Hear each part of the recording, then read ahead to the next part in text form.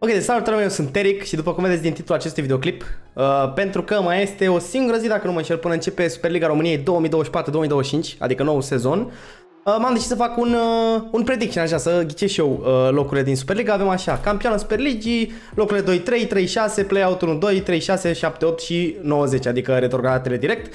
Și o să dăm spin la această roată ca să decidem ce club alegem primul. Bum, hai rapid de tot. Să nu uitați, dați un like și un subscribe, că mă ajută foarte mult. Începem cu Sepsi. Bă, Sepsi, sincer, o să fie direct în locurile 3-6. Sepsi e tot timpul pe acolo contender. E acolo, adică e locul 3-6, pe undeva pe locul 5-6 văd eu pe Sepsi. Trecem mai departe, dăm din nou spin, hai să vedem. Gloria Buzău, o nouă promovată Gloria Buzău.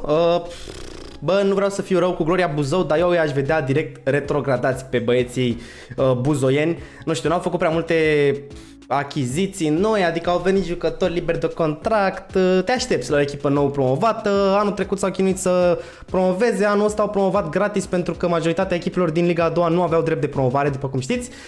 O să pun direct la retrogradare, îmi pare rău pentru cine din Buzău. Trecem mai departe. Poliaș, uite, Poliaș, eu zic că rămâne în Liga 1. Au făcut câteva achiziții, a rămas și Eno Harrison, care mi se pare un jucător super bun, sincer. Și sincer, eu i-aș pune la locurile 3-6 în play-out. Adică nu e ca și cum o să dea content pentru play-off, dar nici nu o să fie la retrogradare, zic eu. Cred că o să fie undeva la locul 5, așa, prin play-out, adică pe la mijlocul clasamentului, așa. Următoarea echipă. Ucluj, care anul trecut nu știu cât de bine a adus. Mi se pare că a fost pe locul 2 în play-out sau pe primul loc, a avut baraj cu noi pentru conference, au pierdut la limită cu noi, sincer, cu Universitatea Craiova. O să-i pun, bă, o să-i pun din nou pe play-out locurile 1-2, adică nu e ca și cum sunt mari diferențe la lot, tot cu Nistor, tot cu Chipciu, cu băieții grei, adică tot pe acolo o să-i văd pe băieții de la Universitatea Cluj. Hai să vedem următorul, Botoșani, care de obicei e pe la retrogradare. Dar sincer, nu știu, am eu impresia că Botoșani anul ăsta o să fie mai ok decât anul trecut.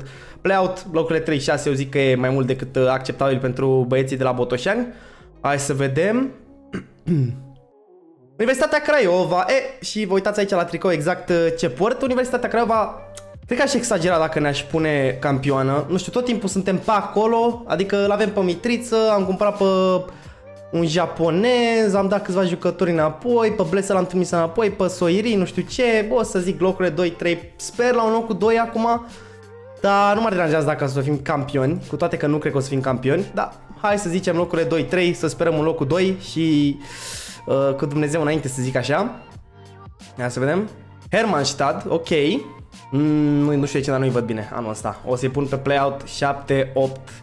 Am așa o vagă impresie că Hermannstadt nu mai e echipa care a fost anul trecut. Anul trecut a avut niște surprize, adică a făcut niște surprize uriașe. Mi se pare că egal cu noi, a scos parcă rezultate pozitive și cu CFR, nu mai țin minte exact să zic.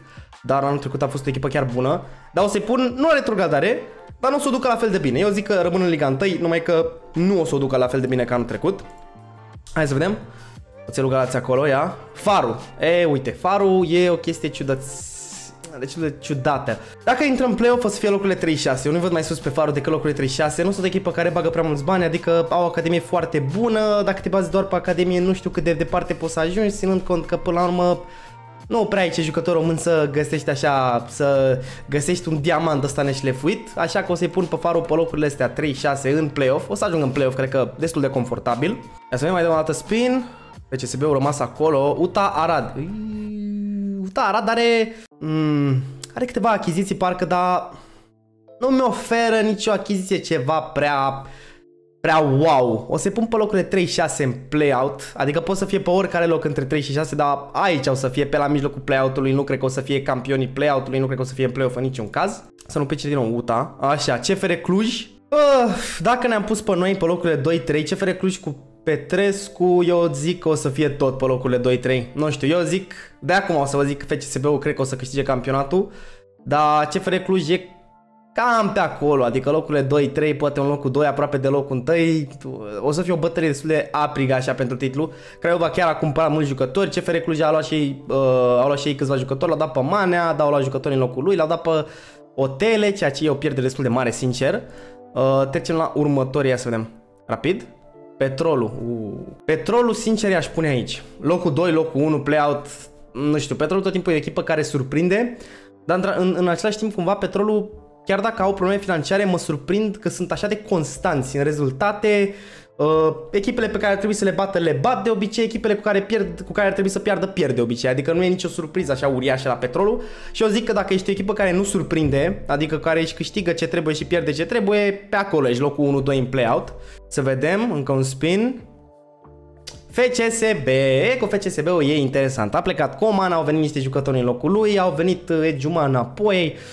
Câțiva jucători cumpărați, Ștefănescu care a jucat binișor până acum, 7-1 cu Virtus AC din San Marino, ceea ce e așa o demonstrație de putere cum ar fi în ochii mei, dar FCSB eu zic că o să câștige campionatul 2 ani la rând, după 9 ani, nu știu, asta e părerea mea, sunt suporter trup și suflet să zic așa Universitatea Craiova, țin tot timpul cu Universitatea Craiova, numai că parcă au FCSB-ul ceva peste toată lumea din ligă. Momentan, dacă mai pleacă jucători, dacă ar fi plecat Olaru, îmi schimbam părerea. A plecat doar Coman, nu cred că au stat cei de la FCSB doar în Coman, sincer să fiu. Avem încă 4 echipe rămase. Hai cu Oțelul Galați. Oțelul Galați! Oțelul Egalați, cum a fost supranumit în sezonul trecut. Oțelul Egalați o să fie... sincer aici e un pic ciudat, dar o să-i pun pe locurile 7-8 în play-out. Oțelul Galați n-a avut niciodată jucători extraordinari. N-a avut talente, n-a avut nu știu ce experiență în echipă. E Dorinel Munteanu, antrenor, mai mult de atâta nu prea ai ce să zici de Oțelul Galați. E o echipă decentă, o echipă de play-out, câteodată face ceva bine, câteodată face ceva rău. A făcut surprize în cupă, dar mi se pare mie că asta nu prea contează în cupă ce faci față de campionat. FCSB-ul a ieșit din cupă de mult și a câștigat campionatul lejer, la modul cu 3-4 meciuri înainte se termină, adică totuși. Haideți să vedem încă 3 echipe. Hai cu Unirea Slobozia. Rapid București. Bă, Rapid București e o decizie grea, nu e grea, sincer, e destul de ușoară. O să fie în play-off. Nu știu dacă pe locurile 3-6, poate să fie pe 2-3, dar parcă am și o impresia că Rapidul nu o să joace așa de bine. Că nici anul trecut n-a jucat bine deloc în play-out. Au intrat în play-out, până să intre în play-out au luat cele mai multe puncte în toate echipele și după au intrat în play-out și hop, au picat direct în cap. Așa că Rapid o să fie pe locul 36, habar n-am pe care din ele. Unirea Slobozia și Dinamo, ia să vedem. Nu contează ce pică aici. Dinamo București. Dinamo București nu retrogradează anul ăsta. Am încrederea, să zic așa, cumva în Dinamo, chiar dacă nu țin cu ei, că nu o să retrogradeze. Adică nu i-aș vedea nici pe locul 1-3, dar ținând cont că echipa care a rămas n-am cum să-i pun la 9-10. Sincer, o să fiu foarte sincer cu voi, Unirea Slobozia și Buzău cred că se duc înapoi în Liga a doua. Am vaga impresie că echipele astea nu sunt deloc pregătite pentru Liga 1. Adică dacă sunt echipe gen Botoșan care chiar au băgat niște bani, au adus niște jucători, au adus Homau, ce mai au adus ei pe acolo? Sau Homau? Nu, Homau e la Dinamo. Dar au adus ceva jucători, o grămadă din ăștia exotici, să zic așa. Dar Buzău și Slobozia nu au făcut nu știu ce întărire așa în lot. Adică dacă te uiți la lotul Corvinului față de Buzău și Slobozia, Corvinul are lotul cred că de 2 ori mai scump. Dar bă, sincer, cred că e destul de corect așa. Campioană FCSB, locurile 2-3 Craiova CFR, 3-6 Sepsi, Faru, Rapid, 1-3 în play-out Cluj, Petrolul, Dinamo, Poli, Botoșani, UTA, Hermannstadt, Galați și retrogradate direct Buzău și Slobozia. Adică mai mult vă interesează probabil campioana și cine retrogradează, poate. Dar sincer, bă, cam atât. Hai să nu lungim, că nu e rost să lungim videoclipul ăsta prea mult. Sper că v-a plăcut. Dacă aveți alte păreri, lăsați în comentarii foarte, foarte frumos. Nu uitați să vă abonați, să dați un like, pentru că mă ajută foarte mult. Poate mă reapuc și eu de YouTube după nu știu câtă pauză. Și cam atât, eu am fost Eric și ne vedem în alt videoclip sau poate pe live stream-uri dacă mă reapuc. Hai, vă pup! Salut!